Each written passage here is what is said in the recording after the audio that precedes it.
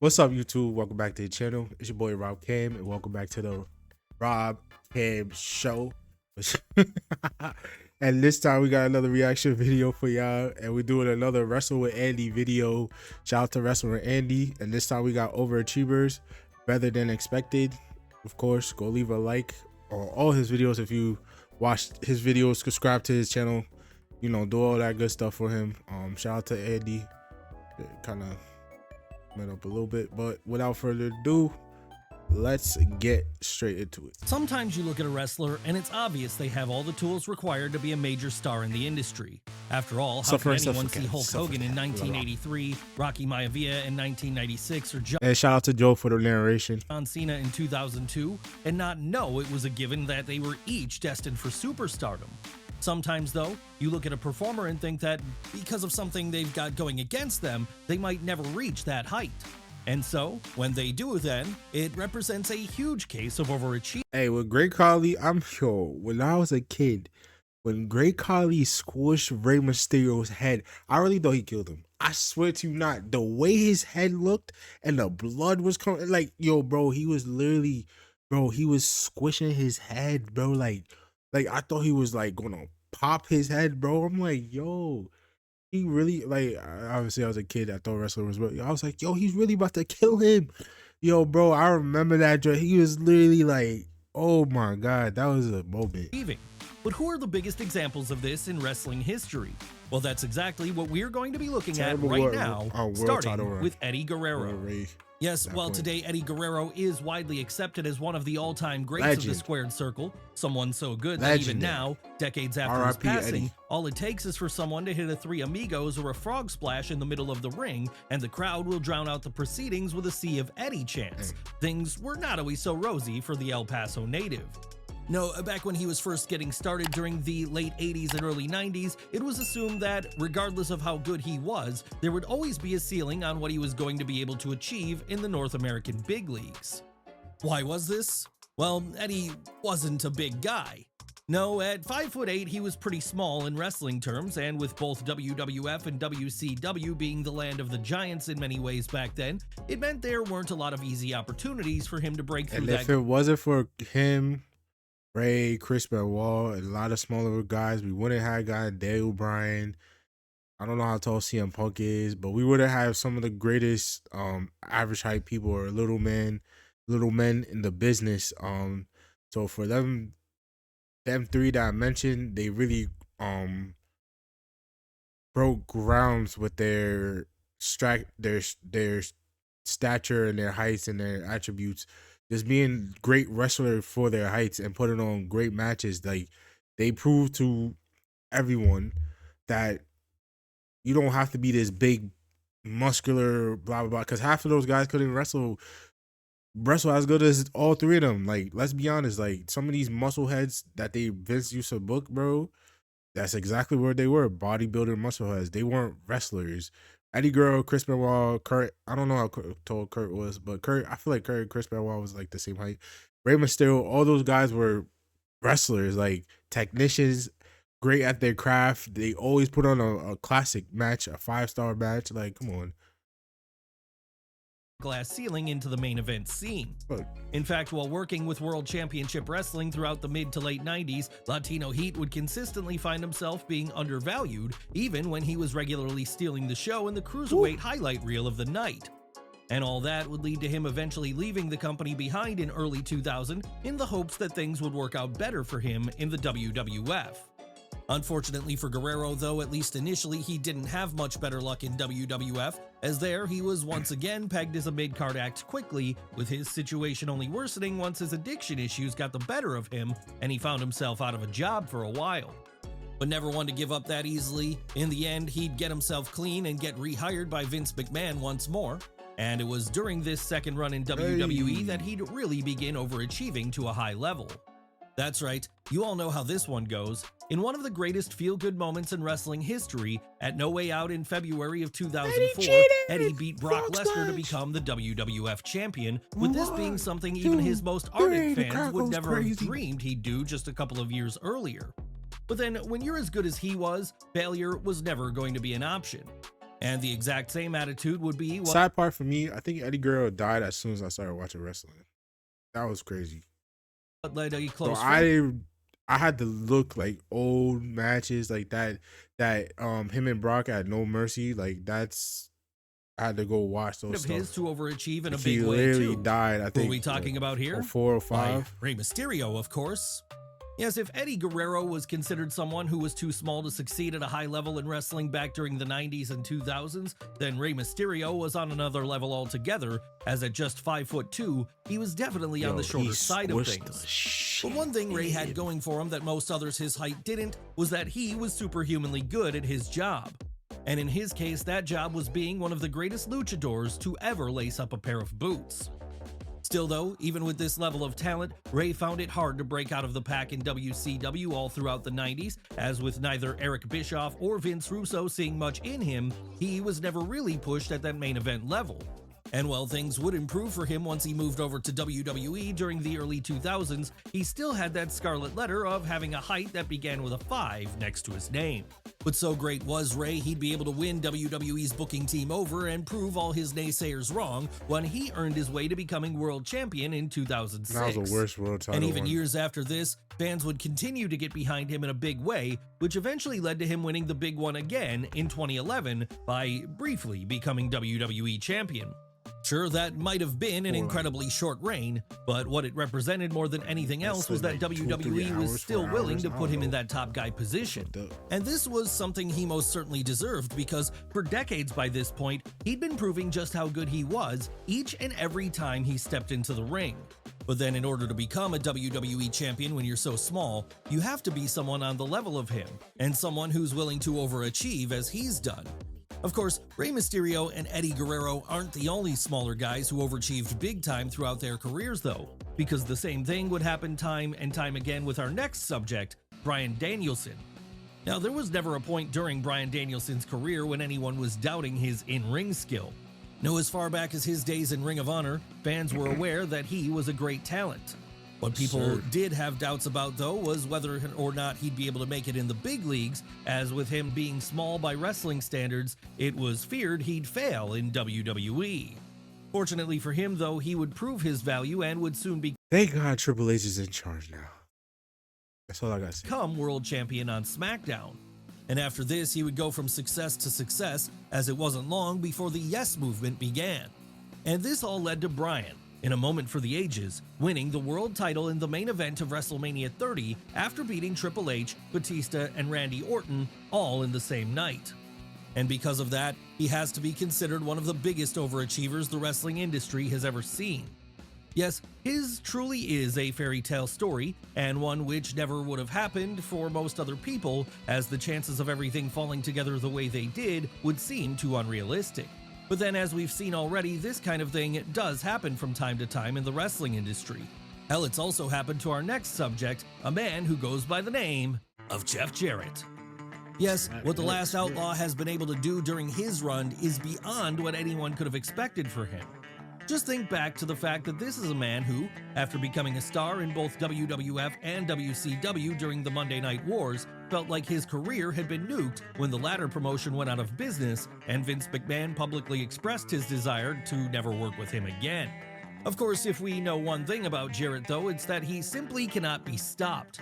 And this determination to not only survive, but thrive, the crazy part is he's still wrestling today, would be what led to him forming TNA in 2002, a whole new company which, while it never was on the level of a WCW, did provide a place for many wrestlers to earn a living during the 2000s and beyond. And even that wasn't the end of Jeff Jarrett proving his doubters wrong by continuing to overachieve when his career should have been, by all accounts, over, because in the years after that, he'd not only form another new company in Global Force Wrestling, but he'd also find himself back in the WWE fold as a backstage producer and occasional on-screen presence. Yes, even with how badly things ended between him and Vince McMahon decades prior, Double J still managed to find a way back into the WWE. So this is where he remains today, right? Well, not quite, because he's since left there again and has joined AEW as a player coach.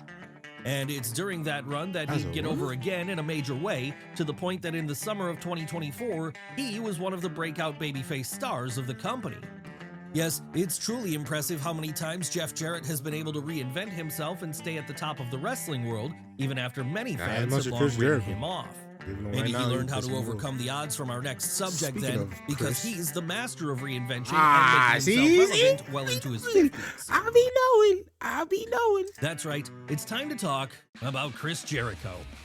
Now again, like with Eddie Guerrero, it might seem wild to think there was a time when Chris Jericho reaching the top of the world seemed like a given. But back in the mid-90s, that was very much the case. And the reason it was the case was because not only was Y2J not a very tall guy, but he was also coming around during a time period when the talent pool in that main event scene had never been stronger.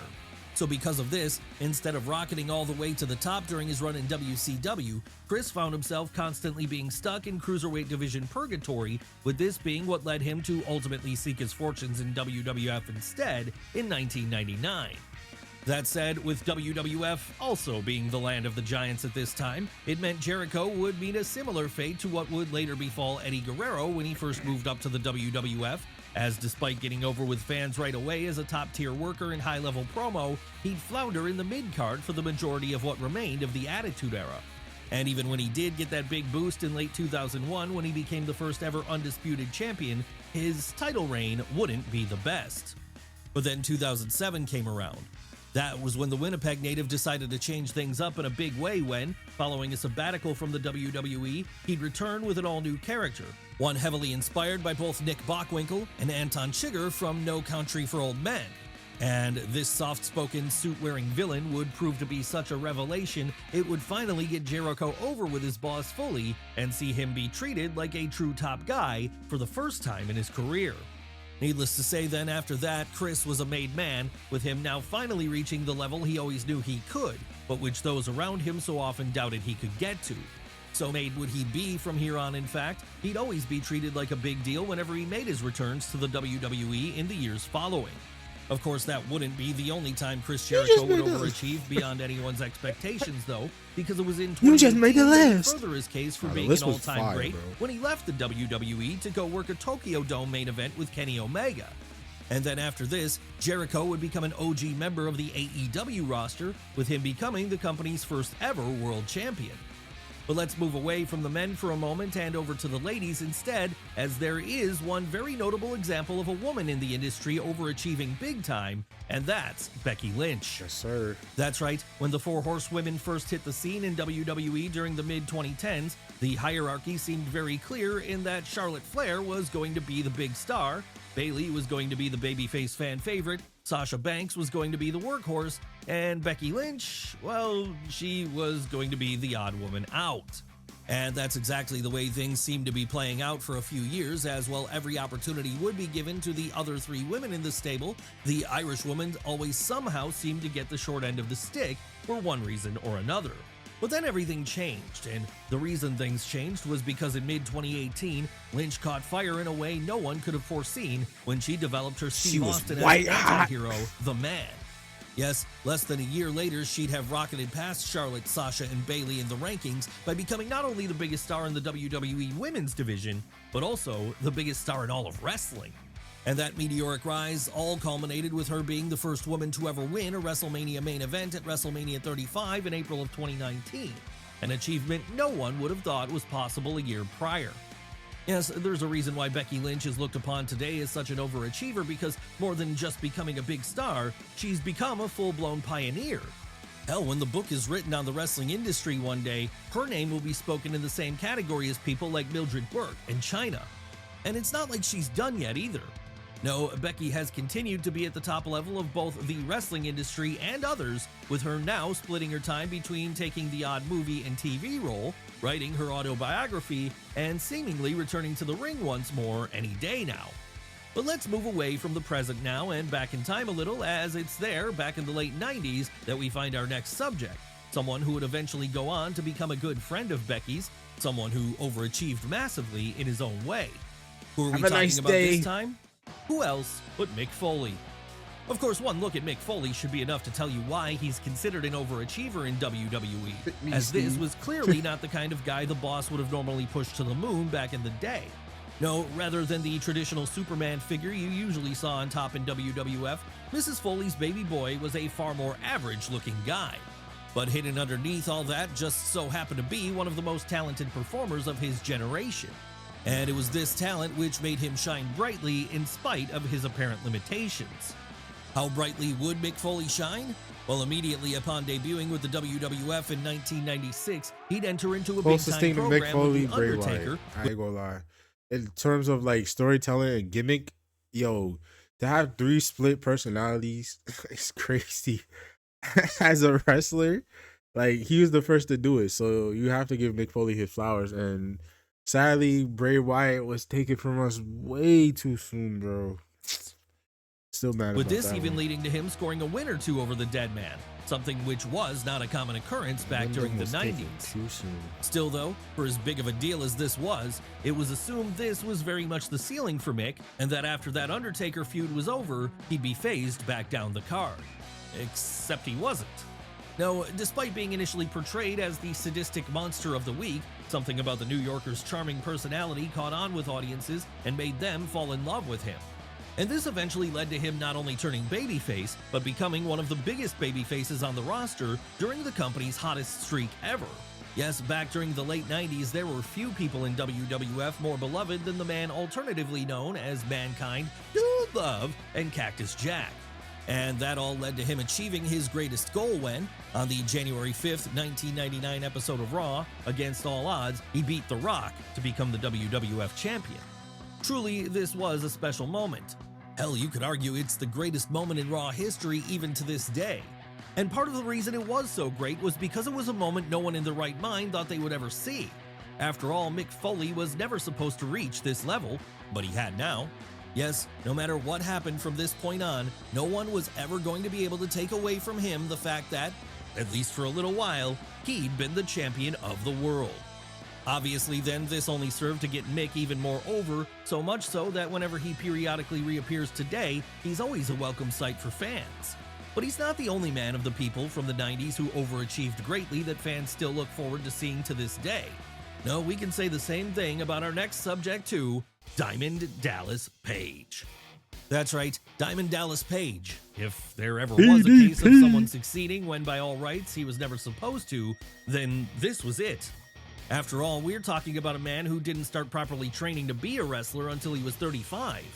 At that point, most wrestlers have hit their peak. That just shows you, ladies and gentlemen, no matter what age you are, bro, keep grinding for your dreams, bro. That 35, bro, that just shows you. Come on, keep grinding, bro. Keep grinding. Already keep after hustling. years of having worked hard to get there.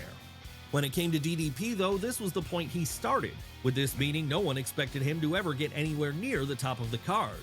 No, it was fully believed that if Page went anywhere once he stopped being a manager and laced up his boots to wrestle instead, it would be purely in an undercard role, one which would give him a run which lasted a few years at best. Obviously, however, this was not in the plans of the New Jersey native. No, he had far bigger ambitions, and those ambitions were to go straight to the top. How would he be able to achieve that given the fact that all his peers had such a huge head start on him? Well, he'd just work twice as hard as them and use his charismatic personality to get over with fans in a huge way over a small amount of time. Yes, by the time the late 90s came around and WCW was in its great boom period, DDP had found himself becoming one of the top babyfaces on the roster against all the odds. And this would lead to him regularly being featured in main event programs, with him often standing in opposition to the NWO. Oh. Then there were the title wins. That's right, now in his 40s, he, by RKO before the RKO. all accounts, should have been winding down his career. Instead, Diamond Dallas Page was reaching new heights by winning the WCW World title on 3 separate occasions between 1999 and 2000. Needless to say then, this was way beyond what even the most optimistic person could have hoped for him. But then we suspect Page always knew in himself he could do this, as he was Mr. Positivity after all. And it was that positivity which had gotten him to try out wrestling at such a late age in the first place.